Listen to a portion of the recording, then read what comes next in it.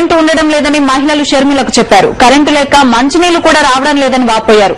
జగనన్నను కుట్రలు చేసి జైల్లో పెట్టారని విమర్శించారు. గుంటూరు జిల్లా మొలకలూరు రచ్చబండలో షర్మిలతో తమ బాధలు చెప్పుకున్నారు.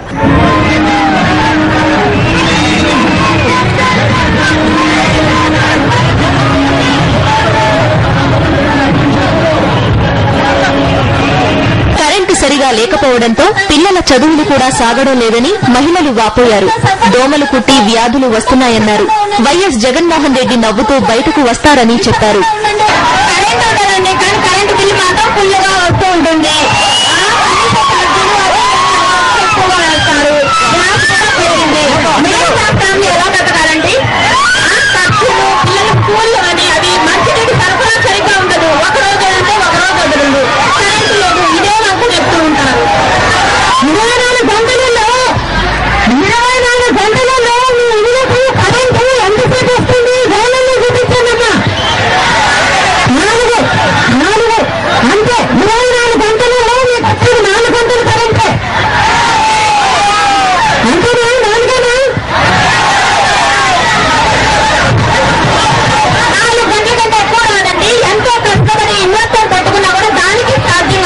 పిల్లలు చదువులు దోమలు ఇదంతా రోగాలు మళ్ళీ ఎంత కష్టంగా ఉందో నీళ్లు కూడా రావట్లేదు సరిగా తాగడానికి.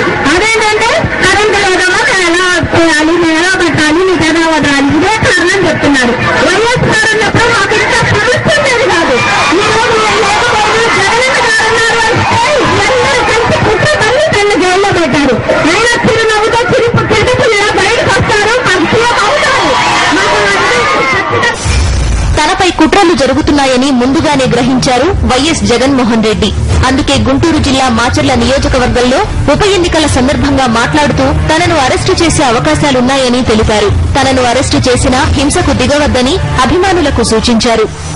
అయ్యా మీరంతా అంటారు జగన్ ఎందుకు అరెస్టు చేయడం లేదు అని చెప్పి. అయ్యా చంద్రబాబు నాయుడు గారు నేను ఒక్కటి అడగదలుచుకున్నాను మిమ్మల్ని. ఎన్నికల్లో జగన్ అరెస్టు చేస్తారు అని చెప్పి ఒక్కసారి నేను చంద్రబాబు నాయుడు గారిని అడగదలుచుకున్నా. ఏనాడైనా ఒక్కరోజైనా కూడా జగన్ వచ్చి సెక్రటరీకి ఎక్కడైనా కనిపించాడా అని అడుగుతున్నా. ఏదైనా ఒక్కరోజైనా కూడా జగన్ అలాంటి ఐఏఎస్ నీకు ఫోన్ చేశాడా అని చెప్పి నేను అడుగుతున్నా. ఏదైనా ఒక్కరోజైనా కూడా జగన్ అలాంటి మంత్రికి ఫోన్ చేశాడా అని చెప్పి అడుగుతున్నా. నేను ఎందుకైనా అరెస్ట్ చేస్తారు జగన్ అని ఇవాళ నేను చంద్రబాబు నాయుడు గారిని గట్టిగా అడగదలుచుకున్నా. అయ్యా సిబిఐ జగన్ మనిషిని తీసుకొని పోయి జైల్లో పెట్టింది. జైల్లో ఎందుకు పెట్టారు అని అంటే ఇవాళ జగన్ అనే వ్యక్తి సోనియా గాంధీకి చాలా వేచలేదు కాబట్టి ఇవాళ జగన్ మీద ఏకాగ్రత చేస్తా ఉన్నారు. వైఎస్ జగన్మోహన్ రెడ్డి తన అరెస్టును ముందే ఊహించి తన అరెస్టుకు కుట్ర పన్నుతున్న వారి పేర్లను ప్రకటించారు. చట్టం మీద గౌరవం ఉందని తెలిపారు. వైఎస్ జగన్మోహన్ రెడ్డిని అక్రమంగా అరెస్టు చేసి జైల్లో పెట్టి దాదాపు 10 నెలలు కావస్తోంది.